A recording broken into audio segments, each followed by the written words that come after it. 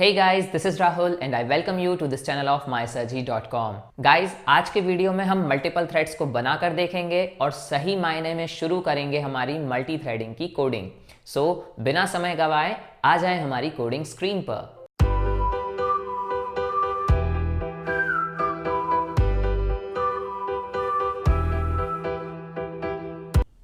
So guys, ये रहा हमारे पिछले लेक्चर का प्रोग्राम जिसमें हमने एक क्लास बनाई थी मायथ्रेड, जिसमें हमने रन को कर लिया था ओवरराइड और फिर यहाँ पर मायथ्रेड का ऑब्जेक्ट बनाकर हमने कॉल किया था स्टार्ट मेथड को। सो इसके आउटपुट में हमें दिख गया था हेलो वर्ल्ड। और आज के लेक्चर में हम ऐसे ही मल्टीपल थ्रेड्स को बनाकर मल्टी थ्रेडिंग स्टार्ट करेंगे। सो इसी प्रोग्राम में मैं कुछ करेक्शन कर लेता हूँ और यहीं पर हम बना लेंगे मल्टीपल थ्रेड्स। तो पहला करेक्शन तो मैं ये कर रहा हूँ कि इस रन मेथड के अंदर जो ये बॉडी है जिसमें सिर्फ लिखा है हेलो वर्ल्ड, इसे मैं रिप्लेस कर देता हूँ एक लूप से। इस लूप को मैं चलाऊँगा i = 1 से लेकर i <10 तक और यहाँ कह दीजिए i++। इसके बाद इसमें कह दीजिए system.out.println और यहाँ मैं कह देता हूँ i। सो ये मुझे 1 to 10 इसे इक्वल टू और कर ले। सो ये मुझे 1 to 10 नंबर प्रिंट करके बता देगा। अगर अभी मैं इस प्रोग्राम को रन करके देखूं तो मुझे जो आउटपुट मिल रहा है वो है ये 1 to 10। अब हम बना लेते हैं मल्टीपल थ्रेड्स और मल्टीपल थ्रेड्स के थ्रू फिर हम उनका करेंगे साइमल्टेनियस एग्जीक्यूशन। तो यहाँ पर मैं इस रेफरेंस का नाम बदल के कर देता हूँ mythread th1। ये हो गई मेरी एक थ्रेड और इसी तरीके से मैं एक और थ्रेड बना लेता हूँ with the name mythread th2 = new mythread। अगर मैं अपनी th1 थ्रेड का एग्जीक्यूशन स्टार्ट करवाना चाहता हूं तो मुझे लिखना होगा th1.start। उसी तरीके से अगर मैं th2 थ्रेड का एग्जीक्यूशन शुरू करवाना चाहता हूं तो मुझे लिखना होगा th2.start। सो th1.start और th2.start लिखने के बाद कैसे आपकी ये दोनों थ्रेड्स पैरेलली एग्जीक्यूट होगी, पहले ये हम थ्योरेटिकली समझ लेते हैं। बाद में जो हम थ्योरेटिकली समझेंगे उसे इस प्रोग्राम को एग्जीक्यूट कर कर टैली कर लेंगे। सो जैसे ही आप कहते हैं th1.start, आपकी th थ्रेड आ जाती है थ्रेड पूल के अंदर। सो ये th1 थ्रेड आ गई हमारी थ्रेड पूल के अंदर। So this thing is suppose a thread pool. So thread pool में आ जाने के बाद तुरंत दूसरी लाइन चली th2.start और आपकी th2 थ्रेड भी आ गई थ्रेड पूल के अंदर। अब ऑपरेटिंग सिस्टम के पास थ्रेड पूल में दो थ्रेड्स हैं, th1 भी और th2 भी। ऑपरेटिंग सिस्टम यहाँ पर किसी भी थ्रेड को पिक कर सकता है और आपके CPU पर शेड्यूल कर सकता है। So suppose this is your CPU। सो अब ये जावा के अंडर में नहीं है कि ऑपरेटिंग सिस्टम आपका th1 थ्रेड को CPU पर शेड्यूल करेगा या th2 थ्रेड को CPU पर शेड्यूल करेगा।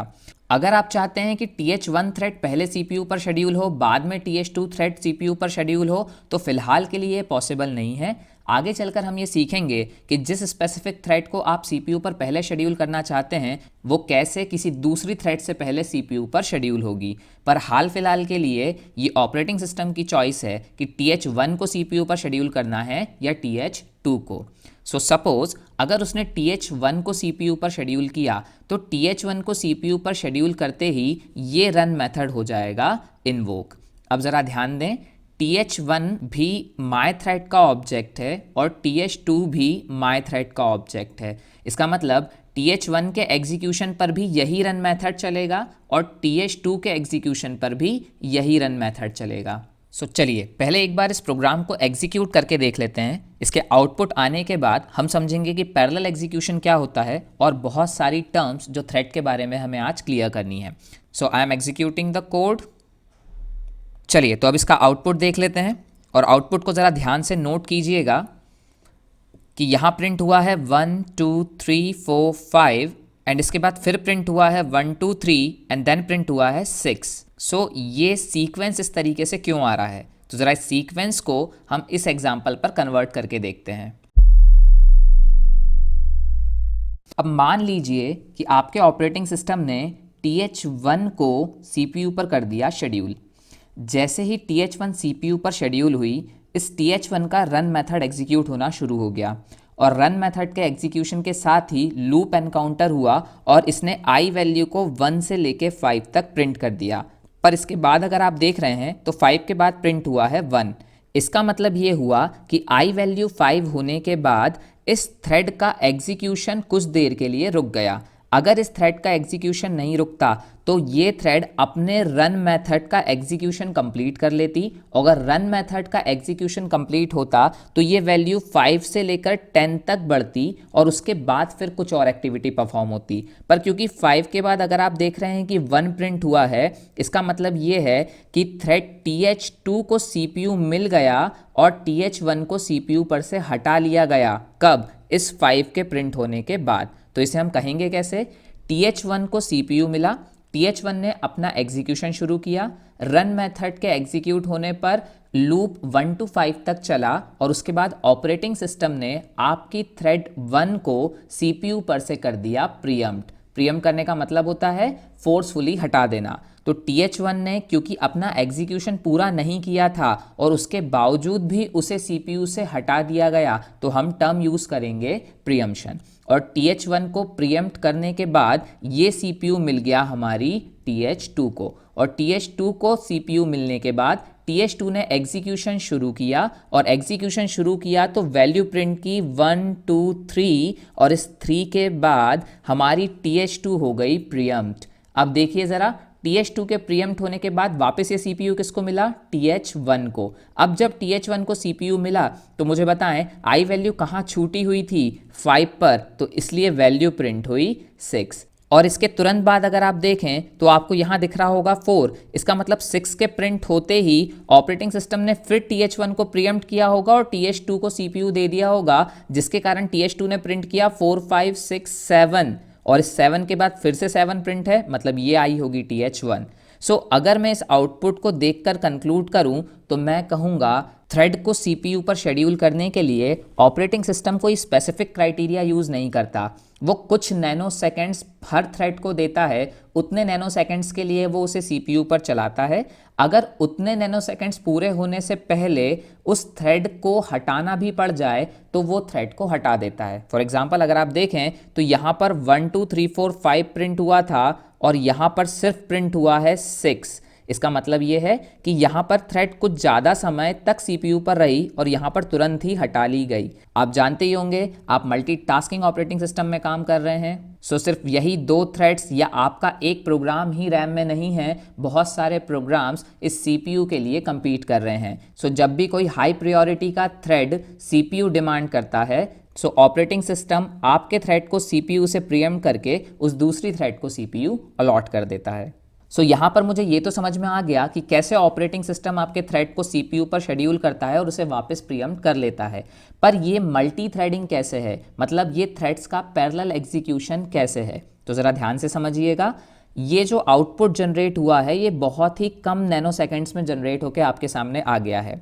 अब अगर मेरे पास 2 फ्रेम्स होती, सपोज मेरे पास अगर 2 फ्रेम्स होती, एक थ्रेड इस फ्रेम पर प्रिंट कर रही होती और दूसरी थ्रेड इस फ्रेम पर प्रिंट कर रही होती, क्योंकि आपके CPU की स्पीड इतनी ज़्यादा है कि अगर ये दोनों थ्रेडें अलग अलग फ्रेम पर प्रिंट कर रही होती तो ऐसा दिखता जैसे यहाँ पर 1 to 10 और यहाँ पर 1 to 10 पैरेलली प्रिंट हो रहा है। तो ऐसा इल्यूजन आता कि ये दोनों थ्रेड्स ही पैरेलली एग्जीक्यूट हो रही है, जबकि अगर हम हकीकत में देखें तो आपके कंप्यूटर सिस्टम में पैरेलल एग्जीक्यूशन जैसी चीज़ नहीं होती। इवन दो अगर आप बात कर रहे हैं कि multitasking operating system multiple programs को साइमल्टेनियसली एग्जीक्यूट करता है, तो वो भी सही नहीं है। एट अ टाइम CPU किसी एक ही प्रोग्राम को सर्व करता है, बट इतने कम फ्रिक्शन ऑफ टाइम के लिए, और उसे हटाकर फिर वो इतनी जल्दी दूसरे प्रोग्राम को सर्व करने लगता है कि जब ये एक सीक्वेंस में चलता है तो ऐसा लगता है कि मल्टीपल प्रोग्राम साइमल्टेनियसली चल रहे हैं। सो वैसा ही आपके इन थ्रेड्स के साथ भी होता है। ये थ्रेड्स इतनी जल्दी CPU ऑक्यूपाई करती हैं, छोड़ती हैं और फिर वापस ऑक्यूपाई कर लेती हैं कि जब इनके आउटपुट को देखा जाता है तो ऐसा लगता है ये थ्रेड्स साइमल्टेनियसली कर रही हैं एग्जीक्यूट। चलिए अब एक बात और, क्या ये जो आउटपुट आपको मिला है ये फिक्स आउटपुट है? मतलब अगर मैं इस प्रोग्राम को दूसरी बार रन करूं तो क्या यही आउटपुट आप एक्सपेक्ट कर रहे हैं? So answer is no. अगर आप ध्यान से इस वीडियो को देख रहे हैं तो आपने नोटिस किया होगा कि TH1 को CPU पर लाना और फिर वापस प्रीएम्प्ट करना और TH2 को CPU पर लाना और फिर वापस प्रीएम्प्ट करना, इसका कोई क्राइटेरिया नहीं है। ये कभी भी CPU पर शेड्यूल किए जा सकते हैं और वापस प्रीएम्प्ट करके थ्रेड पूल में भेजे जा सकते हैं। सो मान लीजिए अगर TH1 ने एग्जीक्यूशन शुरू किया और उसे हटाया ही नहीं गया, या ये मान लीजिए TH1 को CPU मिला फिर हटा दिया गया, लेकिन फिर से ऑपरेटिंग सिस्टम ने TH1 को ही शेड्यूल कर लिया, ये भी एक पॉसिबिलिटी बनती है। सो ऐसी स्थिति में ये भी हो सकता है कि आपको आउटपुट मिले 1 to 10 एंड अगेन 1 to 10, या ये भी हो सकता है कि आपको आउटपुट मिले 1 1 2 2 3 3 4 4 5 5 6 6। सो किसी भी तरीके का कॉम्बिनेशन आपको आउटपुट में मिल सकता है, पर ये बात श्योर है कि ये इन दोनों थ्रेड्स का साइमल्टेनियस एग्जीक्यूशन दिखाता है। चलिए तो इसे एक बार फिर एग्जीक्यूट करके देख लेते हैं कि इस बार आउटपुट क्या प्रोड्यूस हो रहा है। सो मैंने कहा रन, इस बार देखें आउटपुट बदल गया 1 2 3 4 1 5 6 7 8 9 10। इस बार आउटपुट पिछली बार की बजाय अलग है। एक बार और इसे रन करके देख लेते हैं, तो इससे पहले मैं ये मिटा देता हूं। चलिए इसे एक बार और रन करके देख लें। This time output is 1 1 2 2 3 3 4 5। शुरू की टर्म्स वैसी मिली जैसी मैं आपसे कह रहा था। यहाँ पर कोई फिक्स पैटर्न नहीं है कि आपको आउटपुट कैसा मिलेगा। मल्टी थ्रेडेड प्रोग्राम का हर बार एग्जीक्यूशन पर एक अलग आउटपुट प्रोड्यूस करना ये एक प्रॉब्लम नहीं है। इस प्रॉब्लम को सॉल्व करने के लिए ही आगे हम एक टॉपिक पढ़ेंगे जिसे हम कहते हैं सिंक्रोनाइजेशन। थ्रेड सिंक्रोनाइजेशन में हम इस चीज़ को रिजॉल्व करेंगे कि जैसा आप चाहते हैं थ्रेड्स वैसा आउटपुट करने लगे प्रोड्यूस। गाइज ये था एक बिल्कुल basic code about the multi threading. आने वाले लेक्चर्स में हम कई टिपिकल कोड्स को डिस्कस करेंगे, इसलिए सीरीज में बने रहिएगा। अगर आपको ये वीडियो पसंद आया हो तो इसे लाइक और शेयर जरूर करें। चैनल को सब्सक्राइब करना ना भूलें। मिलते हैं नेक्स्ट वीडियो में। Bye bye, thank you.